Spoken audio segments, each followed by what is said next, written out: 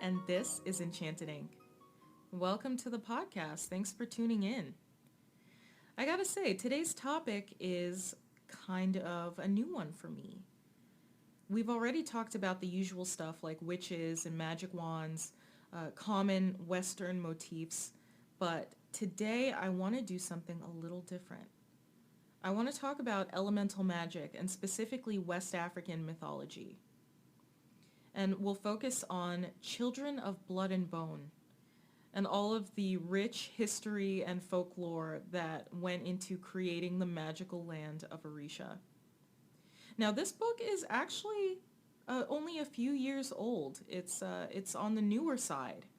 And I can't believe I waited so long to read it. It had been on my radar for a while, but I just hadn't gotten around to it. And wow, it's honestly phenomenal. It's just such a cool interpretation of the established mythology. Now, in the real world, or I guess I'll say outside of the series, Orisha is not a place. In the native Yoruba religion of southern Nigeria, Orishas are the deities that guide humanity on how to live. And I use the language deity specifically because they aren't exactly gods in the way we think of gods in other contexts, like say Greek mythology. For example, some are believed to have always existed in the spirit world, which is kind of your more traditional idea of a god. But another school of thought is the idea that Orishas can be ancestors, either direct ancestors or like local cultural heroes, because they're typically associated with a village or a locale. And they're heroes that transformed into deities by some kind of magical means, like ascending into heaven or being pulled down into the earth or something like that. And then some believe that they're just humans who earned the status of Orisha when they died due to their amazing accomplishments, very much like Catholic saints. There are actually a lot of similarities here with the more familiar Abrahamic religions like Christianity, Judaism, Islam, and in certain beliefs, some of the Orishas are the same. They're aligned directly with the Catholic saints. They're the foundation for religions like Santeria and Candomblé and Voodoo that are prevalent in Latin America and the Caribbean, and that's due to the Atlantic slave trade. Realistically, belief systems and music were two of the most important, if not only, really, cultural cornerstones to survive the slave trade. And as I mentioned, the origins of the Orisha tradition are primarily Yoruba, so a lot of the words and terminology that we see in the book and as we explore this will be Yoruba.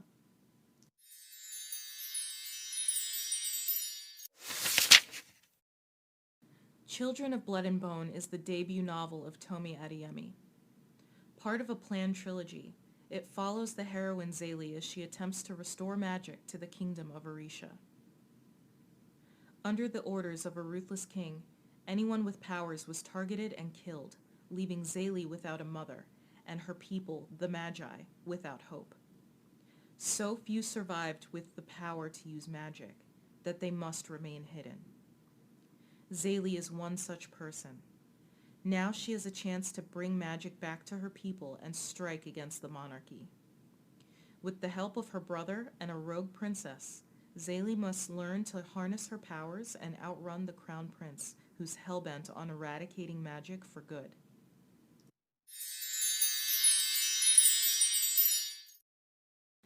Okay, now seems like a good time to take a quick break. When we get back, we'll dive right into the book.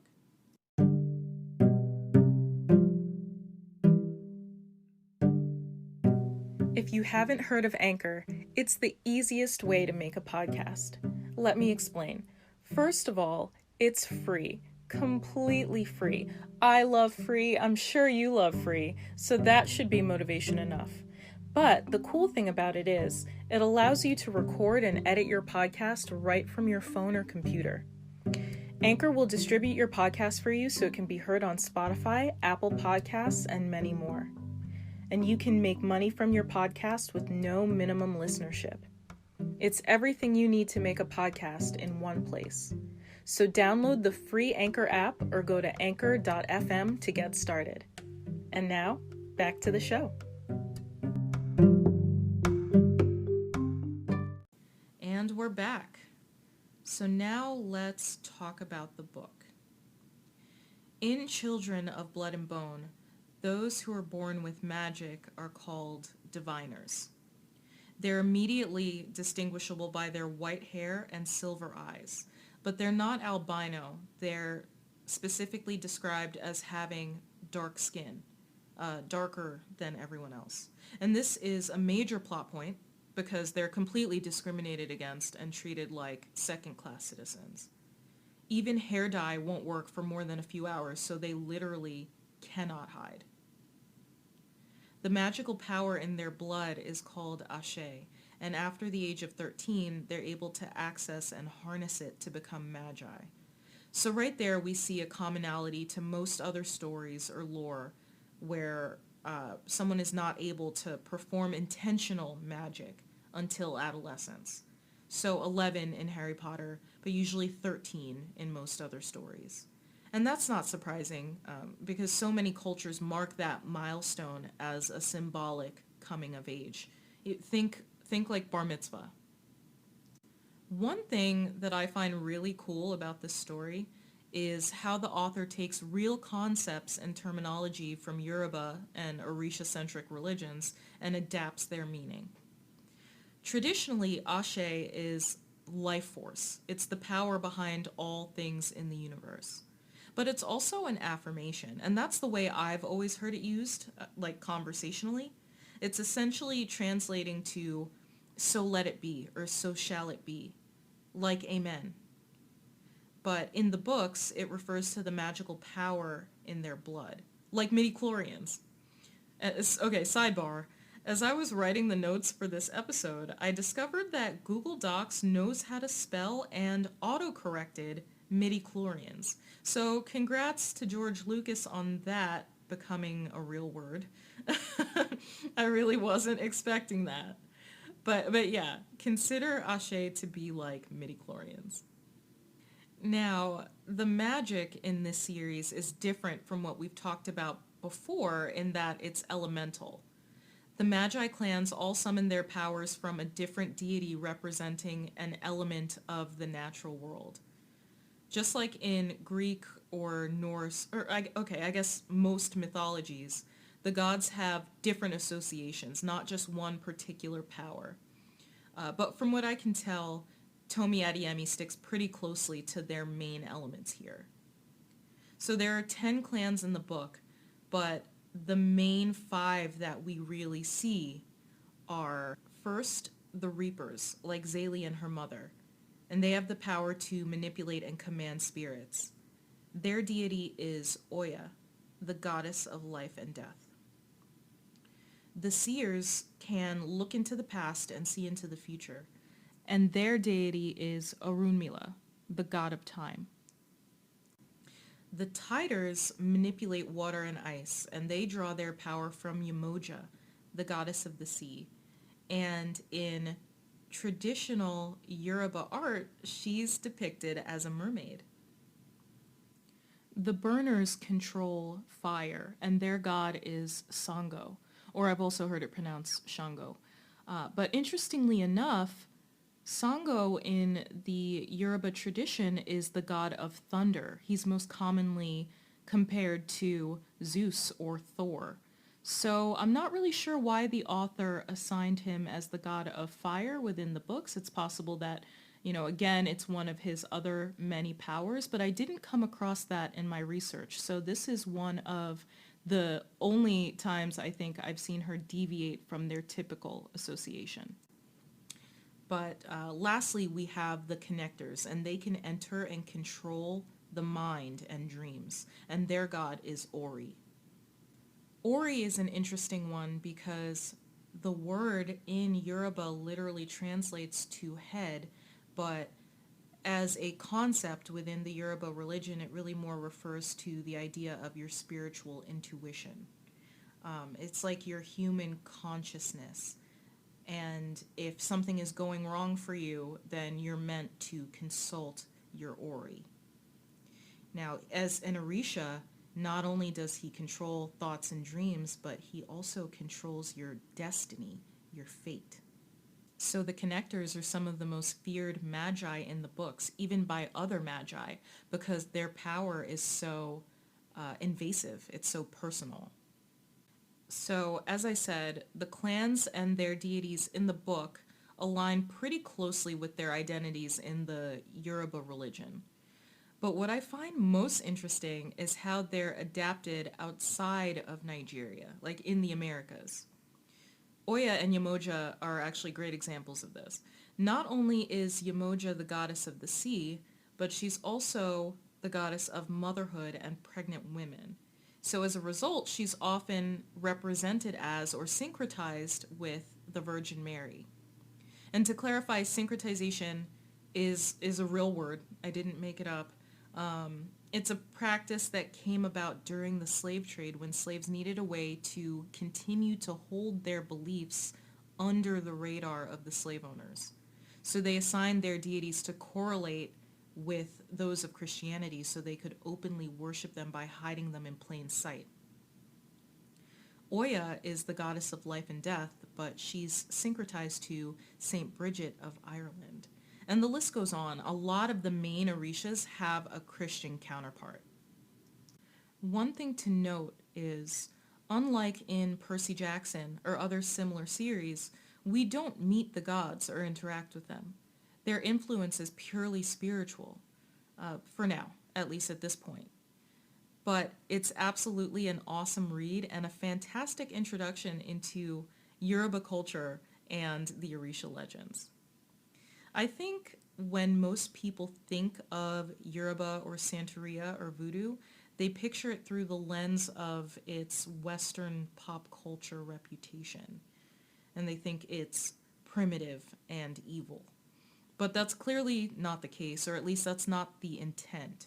And like any other ideology, there are a number of different ways to practice. But I think you'll find that most traditional practitioners are not in it for the dark stuff and will take offense to that stereotype.